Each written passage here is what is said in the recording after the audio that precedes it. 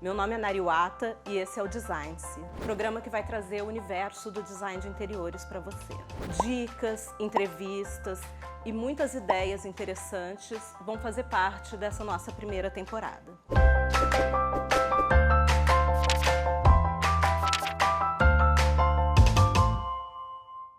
Os projetos residenciais sempre foram um ponto de muito interesse no design de interiores. A casa é o abrigo, é o espaço do afeto, engloba diversos usos, funcionalidades, exigências técnicas, mas também afetivas do cliente. Sobre isso que a gente vai conversar com a nossa entrevistada de hoje, Cris Bernardes.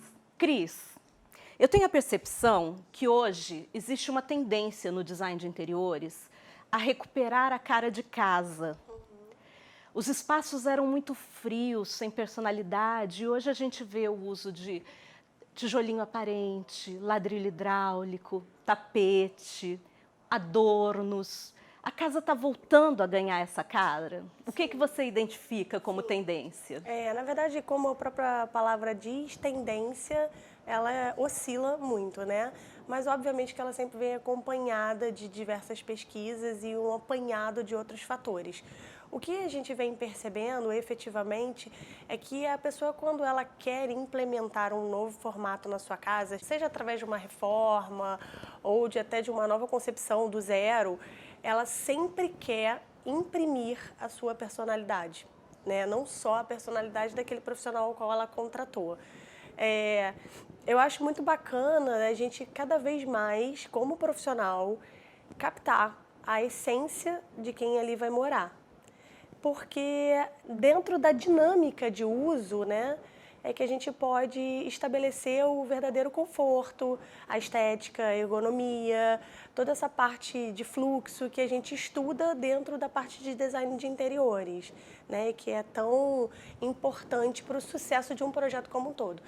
Quando a gente, obviamente, fala especificamente de alma de casa, é uma coisa que a gente não só tem visto isso sendo implementado ultimamente cada vez mais, mas é uma preocupação muito grande minha, porque eu gosto sempre dessa característica de casa na casa das pessoas, assim, é bem importante isso. Existem, obviamente, aqueles objetos de desejo.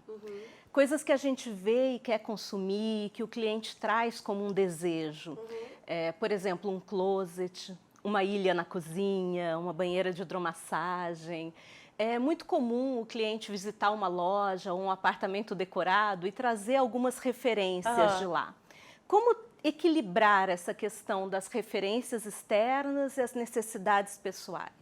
Na verdade, quando o cliente chega, ele chega com um apanhado de informações e é tudo muito meio perdido, confuso, né? Por ele não ter essa capacidade técnica que a gente tem de filtrar, aí é que a expertise do profissional se encaixa. A gente acaba fazendo um filtro e captando o que se encaixa mais na personalidade dele e até, às vezes, revelando isso para ele, né? Talvez um estilo mais industrial nem combine tanto com uma pessoa que tenha uma característica mais rústica, com uma coisa mais aconchegante. E a gente tenta devagarzinho introduzir a madeira, algum item algum material que a gente sabe que traz um aconchego maior, né? Uma coisa mais quentinha, dentro de um conceito mais amarrado da própria pessoa. Na maioria das vezes, nem ela mesma se enxergue daquela forma. E quando você implementa isso na casa e num todo ela se fecha, fala, nossa, mas era exatamente isso que eu queria, né? E aí é que está o grande diferencial do cliente, de uma boa relação entre o cliente e o profissional, da tradução da alma da casa. Eu costumo dizer que nem o cliente sabe o que ele quer. Exatamente. Porque a gente tem um vocabulário maior. Então fica mais fácil para a gente ir de fora fazer uma leitura do que buscar o autoconhecimento, que é uma coisa muito difícil. Como automedicação, né? Eu falo, não, você se automedica? Não pode se automedicar. E na casa, na decoração, é a mesma coisa. Alguns casos, o cliente não quer uma grande intervenção. Ou o apartamento é alugado, ou ele não quer uma obra. Existem alternativas para dar a cara do cliente sem uma grande obra? Por exemplo, a ambientação é uma alternativa para tornar o ambiente mais feminino, mais masculino, clássico ou despojado? Sim, não só falando especificamente da ambientação como um todo, né? Quando eu falo sobre o designer de interiores ou o design de interiores, né? Eu costumo dizer que a gente tem diversas possibilidades de trabalho e diversos produtos a serem entregues, e um deles é o produto de consultoria. A consultoria, ela está bem voltada para essa parte onde eu acabei identificando uma grande demanda do mercado de pessoas que não querem gastar muito dinheiro, até por conta do apartamento ser alugado, né, o imóvel ser alugado, ou que não seja a vontade de investir tanto nesse momento. Então, a gente acaba fazendo pequenas intervenções, como é o caso da ambientação, que a gente chama, que nada mais é que ambientar a casa para que ela tenha alma e corpo de uma casa habitada. E não uma casa gélida, apenas composta de móveis e um layout amarrado de posicionamento. A gente acaba fazendo com que os móveis implementados naquele lugar tenham ligações, né?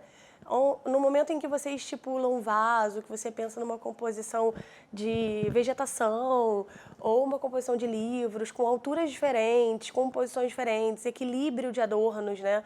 Os adornos hoje em dia têm muitas informações artísticas com um potencial muito forte às vezes, tanto que às vezes basta um único implemento de uma obra artística e somente é necessário. E você acaba caindo no minimalismo correto. Então, você precisa fazer todo um estudo de caso, que a gente chama de ambientação e produção, para poder trazer essa alma para o cliente e acabar dando a ele uma cara de casa também, novamente. Assim, eu quero ficar aqui, né? Traz o conforto. Ou até elementos históricos da família, sim, lembranças de viagem. Você falado isso, assim. Exatamente isso, assim, isso é uma coisa que eu sempre pergunto para o cliente. O que acontece muito, assim, Cris, eu quero fazer um bar aqui. E eu pergunto, você tem uma garrafa de família, de vó? Né? Porque eu tenho garrafas de vó em casa, de cristal. Então, sempre existe isso. Uma mesinha especial da avó que ficou. Então, na verdade, você acaba trazendo para a atmosfera da sua casa, que embora tenha um apelo moderno, toda uma característica histórica familiar e de apelo emocional, que é muito importante e traz esse conforto. Isso é muito legal. Dá a sensação de lar. Sim, com certeza. Cris, aonde as pessoas podem ver fotos dos seus trabalhos e te encontrar? Então, eu tenho um Instagram chamado Decora por Cris Bernardes, Cris com CHR, senão ninguém vai me achar.